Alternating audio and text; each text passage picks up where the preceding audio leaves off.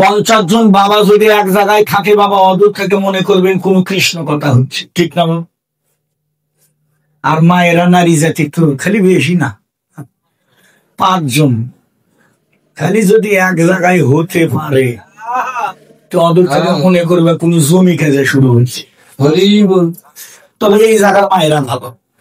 তোমাকে কথা কই নাকি, তোমার বউয়ের বললে কথা কই, তোমার ঘরে কথা কই আবার দোষ নিবেন দেবো, কীর্তন শেষে 10টা টাকা দিলে এনে ওইটাও আর দিবে না। মানে তোমার ঘরে মাইক দিয়ে থুয়ে পড়ে, তোমরা ভালো, তোমরা ভালো, যে কয়জন আছো সবগুলোই। তবে একটা কথা বলি মা, কথাটা মনে রাখবেন, সাধুর বাজারে গেলে সবার জন্য কথাটা, সাধুর বাজারে গেলে গোরাঙ্গদা, সাধুর বাজারে গেলে যতটা পণ্য হয় তার সাথে বেশি অপরাধ হয়। মানেন কথাটা? যতটা পণ্য হয় তার সাথে বেশি অপরাধ হয়।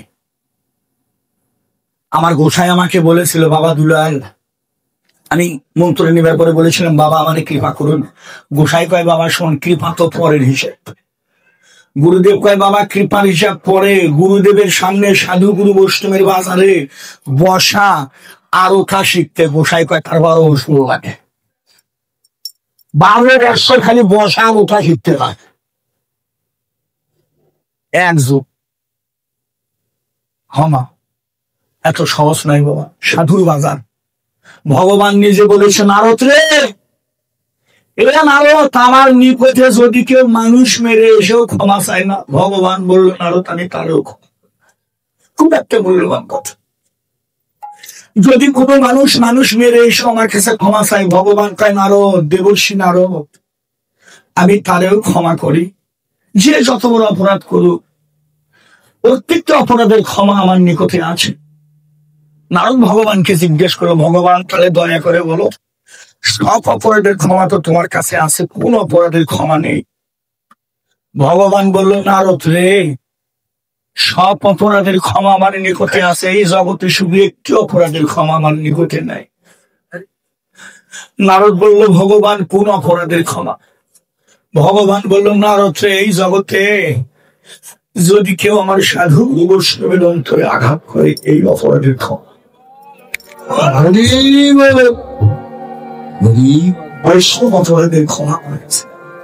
এই জন্য বাবা মা যে যেখানে বসে আছো, একটু নিরিখ ধরে বসেছ, হলেও কৃপা হইতে পারে। বলা যায় না বাবা, তুমি সবার সাথে আলিঙ্গন করছো, সবাইকে বক্ষে ধরছো, তোমার পাশে একটা মানুষ বসা, গায়ে ছেঁড়া জামা, ময়লা, গায়ে বন্ধ, একটা পাগল মানুষ তোমার পাশে বসে আছে। আপনি ভাবে বিবর হয়ে কাঁদতে কাঁদতে সবাইকে বক্ষে ধরলেন, আপনি পাগলটারে বক্ষে ধরলেন না, ঘৃণা করে ও পাগল। আপনি ঘৃণা করে পাগলটারে বক্ষে ধরলেন না। আমি আসলে বলে গেলাম, হয়তো বা হতে পারে ওই মানুষটাই ভগবান। হয়তো বা হতে পারে মানুষটাই ভগবান তোমার পাশে বসে কীর্তন শুনে চলে গেল। অহংকার অভিমানে আমার ভগবানকে বক্ষে ধরা হল। এই জন্য ভিতরে কোনো অহংকার অভিমান রাখা যাবে না বাবা। কবিতার কবির ভাষায় বললেন, যেখানে দেখিবে ছাই, উড়িয়াও দেখো তাই, পাইলে পাইতে পারো তোমার মানিক রত। ভগবান কোনোদিন ভগবানের রূপ ধরে সাধু বৈষ্ণবের বাজারে আসে না। ভগবান আসে আপনাদের মতো ভক্ত রূপ ধারণ করে। এর জন্য অবহেলা করা যাবে না। সামনে যারে বাবা তার চরণ ধুলি মাখতে মাখতে যাও, সবার চরণে হাত দিতে দিতে দিতে দিতে একদিন একদিন তোমার ভগবানের চরণে হাত পড়ে যাবে। সেদিন তোমার মানব জড়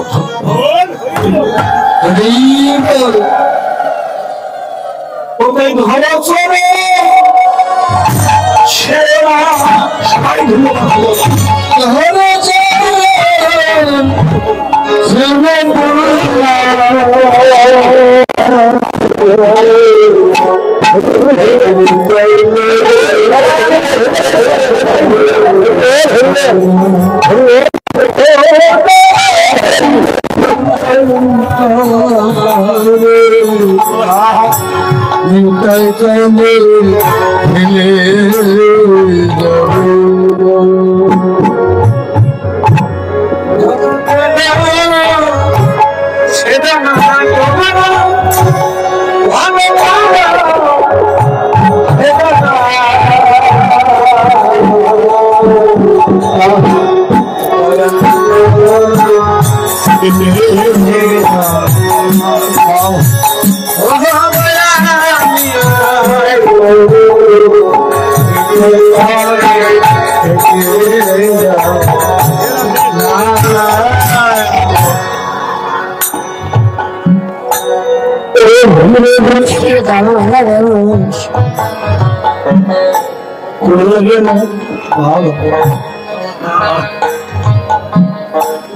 আজ আমার ঘরে মিটাই সাদের চরণ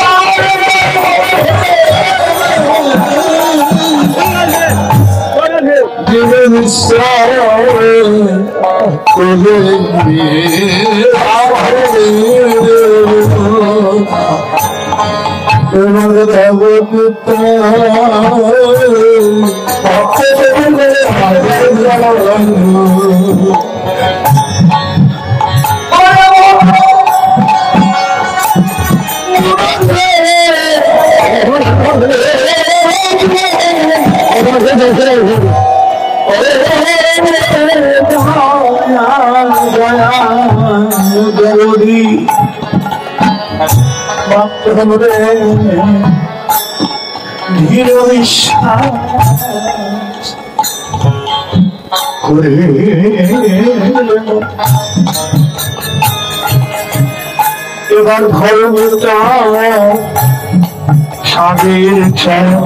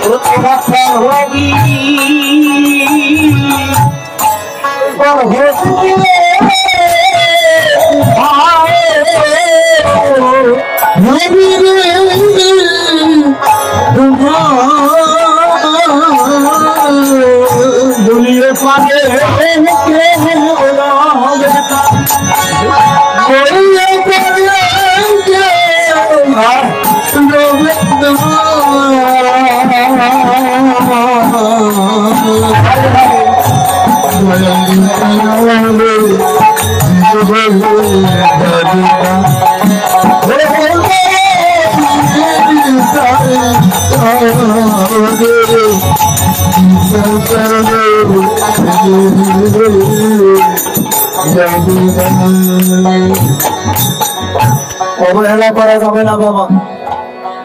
যাই যেখানে বসে আছে সামনে পিছনে ডানে বামে ভক্ত বসে আছে, একটু ধুলি বাঁধবা।